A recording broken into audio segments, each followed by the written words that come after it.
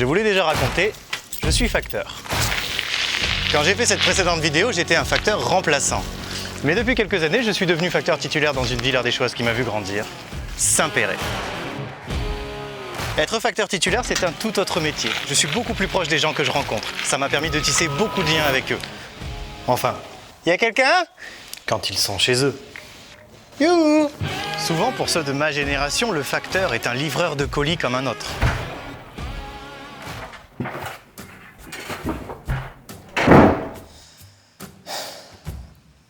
Voilà. Mais pour les personnes plus âgées et plus isolées, je suis un lien hyper important avec le monde. Bonjour Monique. Bonjour facteur, comment ça va? Ça va et vous? Bien.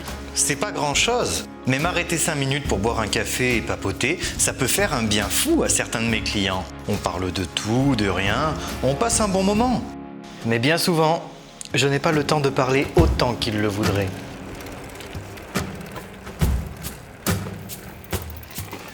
Mais aujourd'hui, je ne suis pas facteur.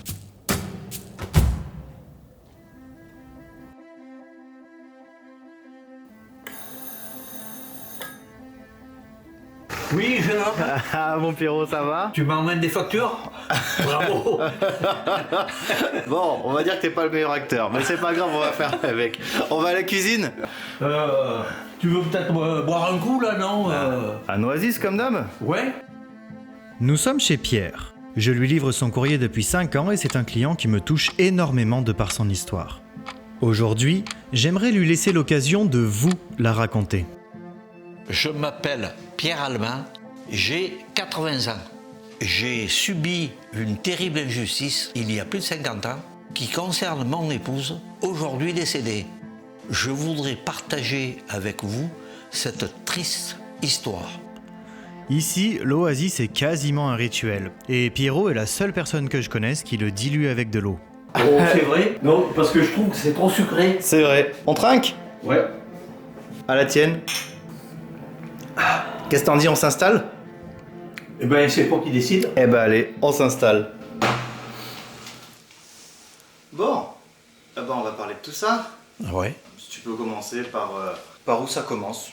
Elle s'appelait Jacqueline Brunel. On s'est mariés le 12 juin 1965 et elle tenait un commerce de petite restauration, bistrot, entre guillemets, qui fonctionne toujours bien, qui a été repris par d'autres personnes, bien sûr. Ça s'appelle comment? Le Camp Romain, restaurant ordinaire, mais... C'était un restaurant familial? oui, très familial. C'était tenu par son père ou par elle? Eh bien, c'était d'abord sa mère. La maman étant décédée juste avant notre mariage, c'est elle qui a repris les rênes derrière. Okay. Son père n'étant pratiquement jamais là, étant marchand de bestiaux. Tu l'as rencontré comment, Jacqueline? C'était un peu proche, mais je vais dire que c'était une voisine. On était à moins d'1 kilomètre du Camp Romain. Ben, allez, on était à 800 mètres l'un de l'autre. Ok, ça marche. Tu l'avais dans l'œil depuis longtemps ou... Oh ben oui, puis c'est elle qui partait très tard le soir pour venir me voir carrément. Ok, ça marche. Et puis jusqu'au jour, ben, elle me dit ça va pas bien. Ben, j'ai dit il faut aller voir le Doubi. Et il nous annonce qu'elle est enceinte. Merde. Ah, avant de vous marier? Oui. Ok. Et c'est ce qui a précipité le mariage. Ok. On s'est mariés en juin 65. Et puis bon, c'était parti, son père n'était jamais là, elle s'occupait du café. Et 13 mois après le mariage, il est arrivé la catastrophe. Elle faisait cuire des betteraves rouges. Ok. Parce que beaucoup posent la question, qu'est-ce qu'elle faisait? Elle faisait cuire des betteraves rouges.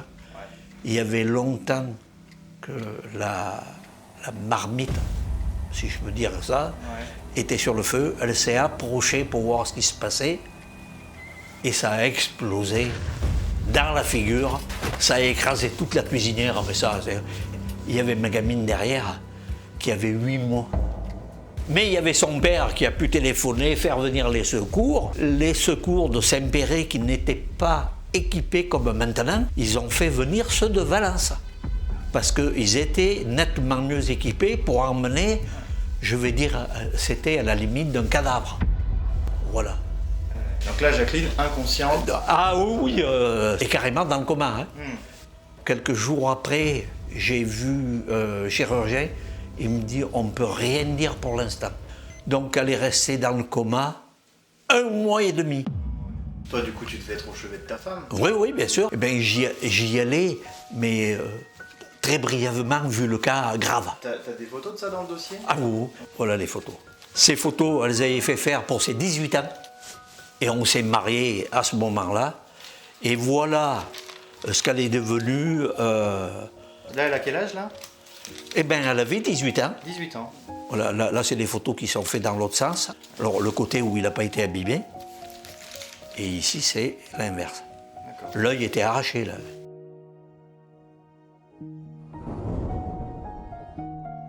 Et à l'époque, elle était déjà épileptique ou... Eh bien, c'est à la suite de ça. Ah, elle est devenue épileptique. Voilà. Ça a eu quoi d'autre comme conséquence? Comme conséquence, eh bien, on est resté cloué au domicile.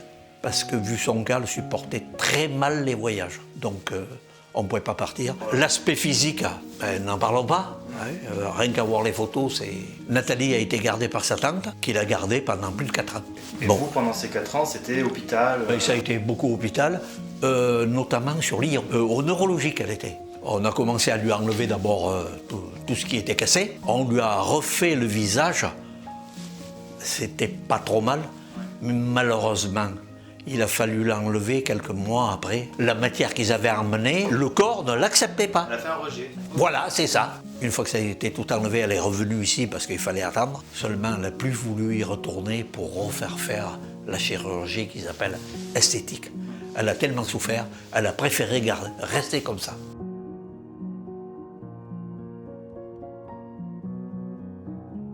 Nous, les vacances, on n'a jamais connu ça. Les filles, elles sont parties avec des connaissances, avec la famille, mais nous, on est restés cloués au domicile. Okay. C'est que, outre l'épilepsie, qu'est-ce qui vous est arrivé? Ah, c'était trop... Mais ça, je te dis pas le nombre de fois qu'on l'a entendu. Donc Jacqueline, Jacqueline aujourd'hui... Décédée, oui, ça fait 4 ans. 4 ans.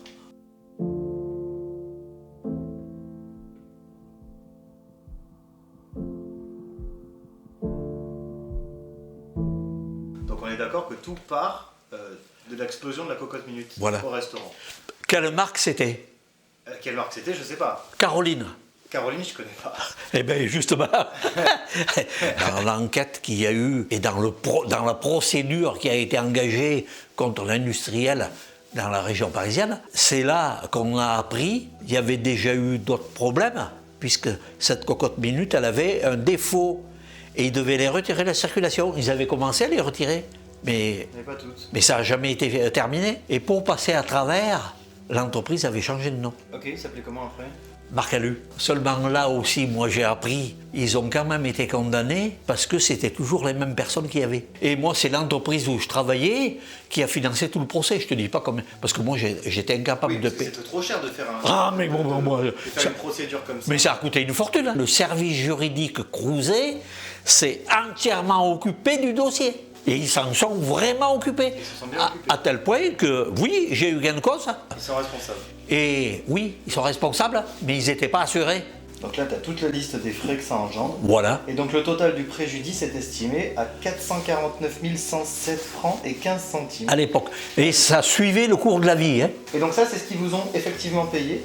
Donc sur les 449 000 francs, oui. Grosso modo, donc 450 000 francs, ouais. Ils t'en ont payé 5 000. Voilà. L'avocat m'a pris la moitié. Voilà. Et donc il vous reste 2010. Voilà. Moi, ce que j'ai appris, c'est que du fait qu'il y a eu un début d'indemnisation, ça conforte définitivement la condamnation. Il n'y a pas de prescription étant donné qu'ils ont commencé à payer. Ces pauvres 5 000 francs qui t'ont payé font qu'aujourd'hui, ils te doivent encore donc l'équivalent de 445 000 francs. En euros, là, moi je l'ai fait calculer, moi j'ai mis 600 000 euros, ça les dépasse un peu.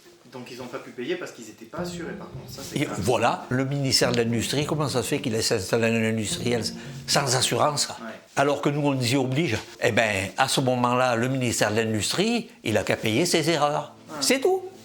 Seulement, comme j'ai affaire à l'État, eh bien, tout est là pour ne pas payer. Oui.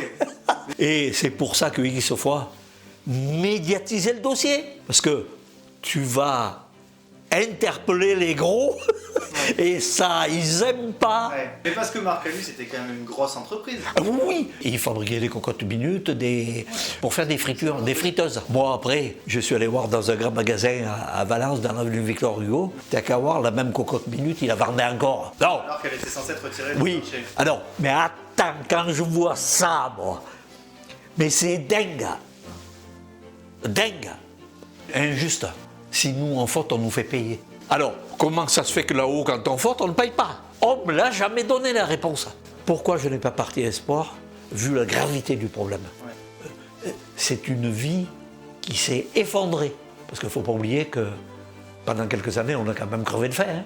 Ben attends, fais regarder ma gamine. Les allers-retours dans les hôpitaux, notamment sur Lyon, mes repas que je payais à droite à gauche, parce que je ne pouvais pas être de partout, et ben mon salaire passait pratiquement tout là-dedans. Mais Jacqueline, elle en pensait quoi, elle? Écoute, elle était tellement heureuse que je sois avec elle. Il y en a tellement qui lui ont dit, mais ton mari, il est resté avec toi, il est resté avec toi. Oui, je te dis pas le nombre de fois qu'elle a entendu ça. Parce que si toi, un jour, il te manque un doigt, ta femme, elle te dit, bon, oh, tu écoutes, il te manque un doigt, maintenant, je ne te veux plus. Je veux dire, oh, là, on a dû vivre comme ça parce qu'on ne peut pas faire autrement. Mais à un moment donné, ben, ça n'empêche pas de vivre. Et si quelquefois, rares fois, on a pu passer des bons moments, ben, c'était le bienvenu. Par rapport au procès, de toute façon, elle, dans les papiers, elle les connaissait strictement rien. Elle suivait pas ça de loin? Ah, du tout. Ah, oui, Pas du tout. Tu faisais ça dans ton coin? C'était uniquement moi.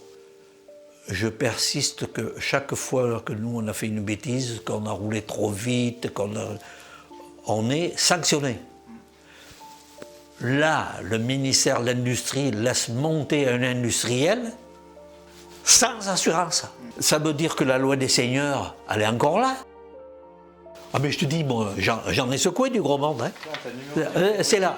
T'as le numéro de Dupond-Moretti? Oui. Ah ben je lui ai écrit, il n'a jamais fait de réponse. Hein. C'est vrai? Eh ben, Ben voilà, monsieur Dupond-Moretti. lis le courrier dedans. Attends, parce que t'as écrit à Julien Courbet. Eh ben, je lui ai écrit et j'ai jamais eu de réponse. Hein. Cyril Hanouna dit, mais il y a du monde dans cette histoire. Hein. Ah ben attends, mais j'ai secoué du gros monde, moi. Hein. Oui. Il faudrait qu'il réponde dans le gros monde, par contre. Oui. Voilà, il secoue du gros monde, mais personne ne se retourne. Et alors qu'on va reprendre le cours de nos existences, à chaque fois que je le reverrai, Pierrot continuera de me parler de ce dossier qui lui pèse tant sur le cœur. C'est que... Léo, qu'il t'arrive jamais rien dans la vie, ce qui est arrivé, parce que moi, c'est la vie qui s'est écroulée. Il y a des choses auxquelles on ne peut pas rester insensible. Et si on peut avoir le moindre impact pour aider Pierrot dans sa quête de justice et de paix, alors faisons-le. Aidons-le à interpeller les pouvoirs publics et à transmettre son message. Je souhaite médiatiser haut et fort cette affaire, et je souhaite qu'il y en ait qui sont là pour m'aider. S'il vous plaît, partagez la vidéo, je compte sur vous. Vous pouvez nous écrire par mail pour aider Pierrot ou pour lui témoigner votre soutien à l'adresse suivante, lecombatdepierrot@gmail.com.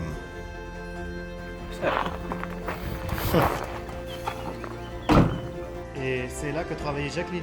Oui. Elle avait le restaurant, le café-restaurant. Ouais. Elle avait l'épicerie. Ouais. Elle faisait l'épicerie. L'été, elle faisait aussi le dépôt de fruits. C'est elle qui pesait tous les fruits. Et 2 fois par jour, il ramassait les fruits. Et l'hiver, elle faisait les cartes de chasse. La petite porte là, qui est ouverte, Ok, d'accord. c'était là la cuisine. Et puis là, c'était le restaurant. Hein. Par contre, les canons qui se buvaient. Ouïe, aïe. J'en ai connu quelques-uns qui avaient le fossé là. Ils passaient la nuit dans le fosse.